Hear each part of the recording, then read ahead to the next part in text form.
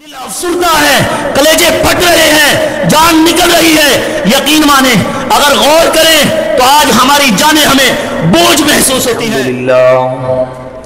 الحمدللہ رب العالمین، والصلاة والسلام علی سید الانبیاء والمرسلین،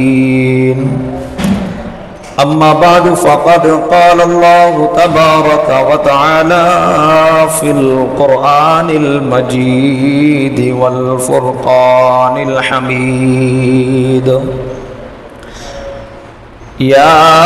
ایہا الذین آمنوا لا تکونوا کالذین کفروا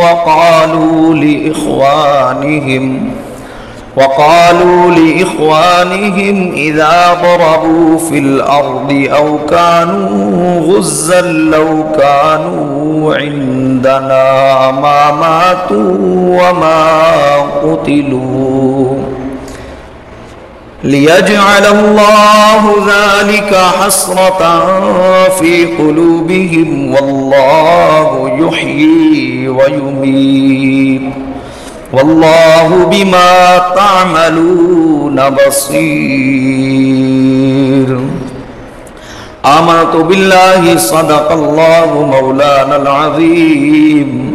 وصدق رسولہ النبی الکریم الامین، مولاي صل وسلم دائما ابدا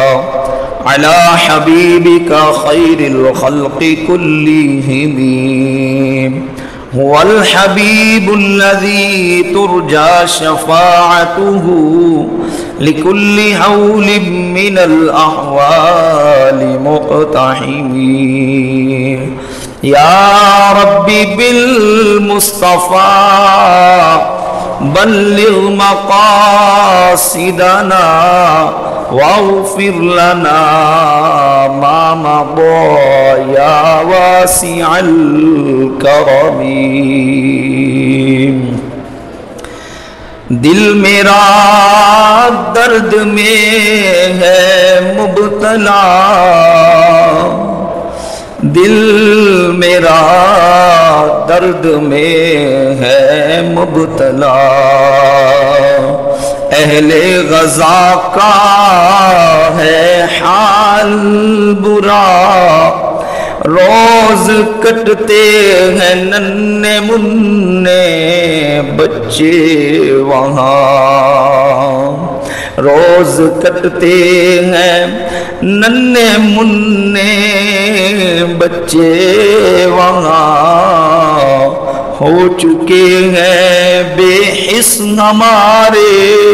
حکمراں، امت مصطفیٰ ہے عیاشیوں میں مبتلا،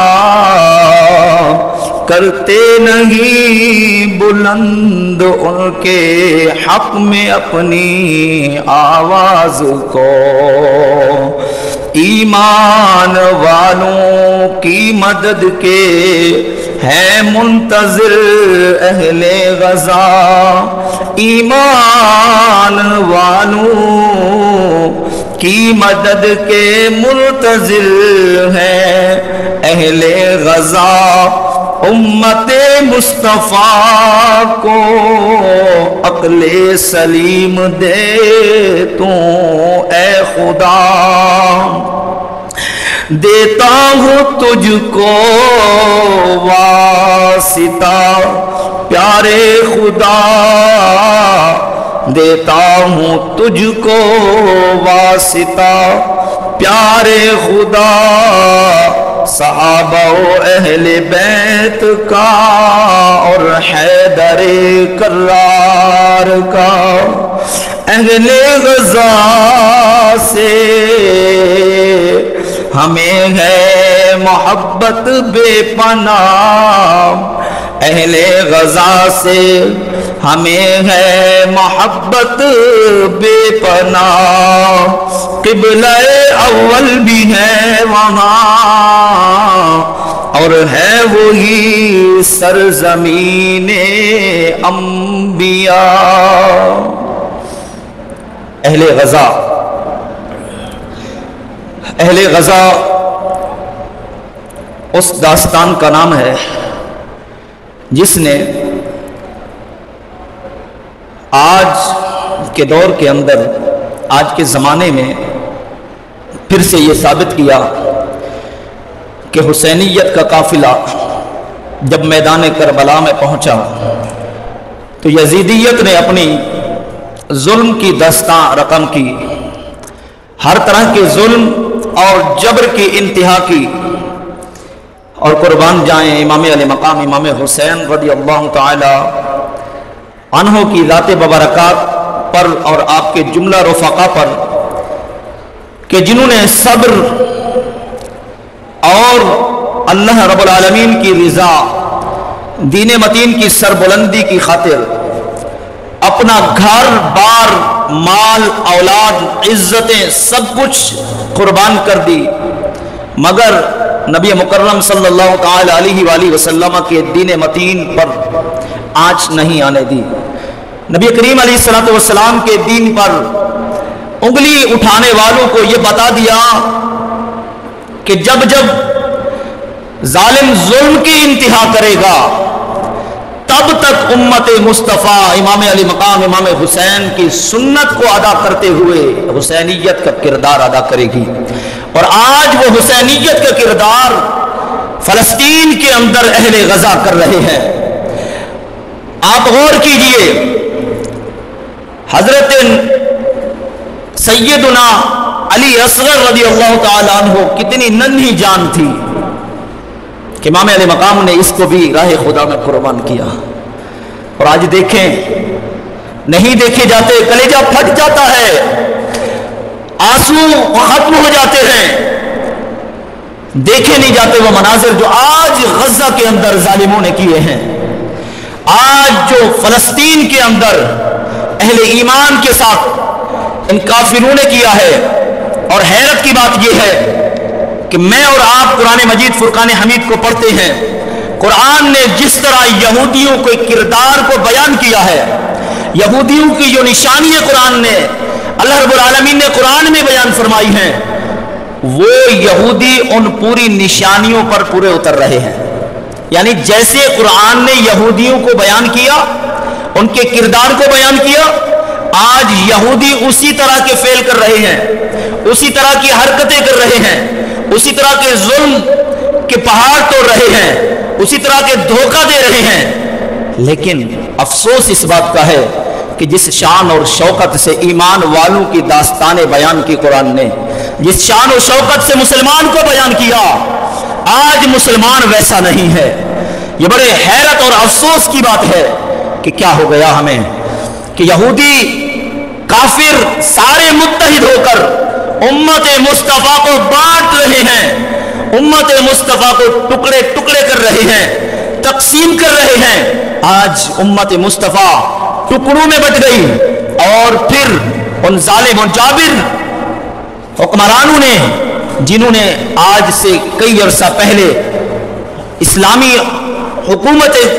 جتنی بھی ہیں ان کے اندر غدار پیدا کیے، ان کے اندر اپنے سازشی پیدا کیے، اور پھر جا کر آج وہ ریموٹ کنٹرول کے ذریعے اپنے ہی ملک کے اندر بیٹھ کر ہمارے حکمرانوں کو چلا رہے ہیں۔ آج افسوس ہے اس بات پر کہ جب ایمان والوں پر اتنا کٹھن وقت آیا، اتنا مشکل وقت آیا،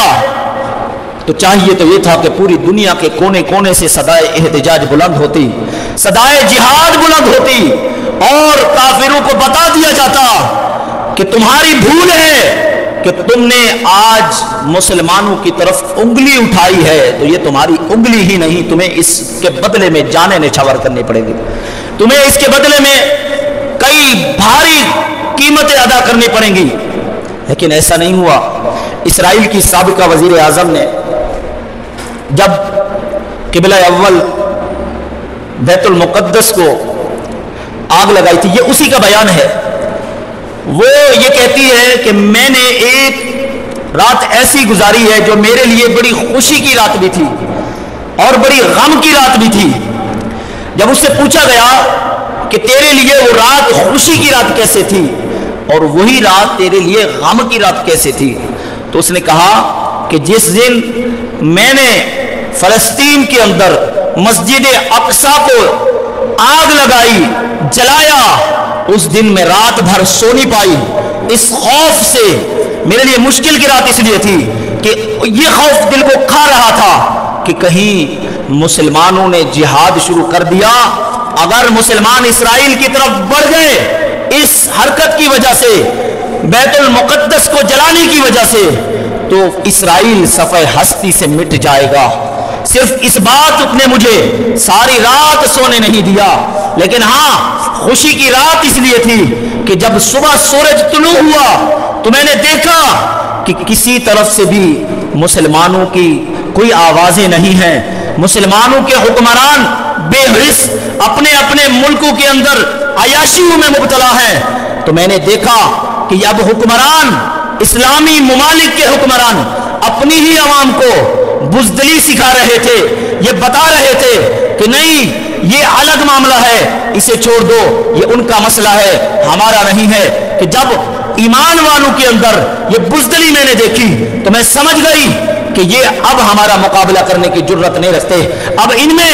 عمر فاروق جیسے بہادر جوان شاید نہیں رہے، صلاح الدین ایوبی جیسے حکمران اب علم میں نہیں رہے، محمد بن قاسم جیسے فاتح ان میں نہیں رہے، محمود غزنوی جیسے حکمران اب ان میں نہیں رہے۔ آج یہی وجہ ہے کہ آج کبھی ہمیں اپنے مسلمان بھائیوں کو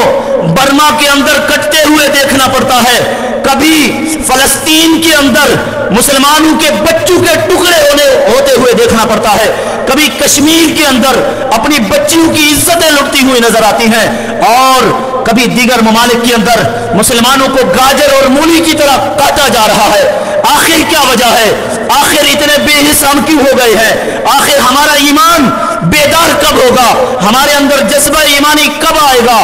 آخر کب ہم بیدار ہوں گے؟ آخر کب یہ امت مصطفیٰ پھر اپنے عروج کی طرف آئے گی؟ پھر یہ امت مصطفیٰ کھویا ہوا وقار تلاش کرے گی؟ کب راہ راست پر پھر یہ امت چلے گی؟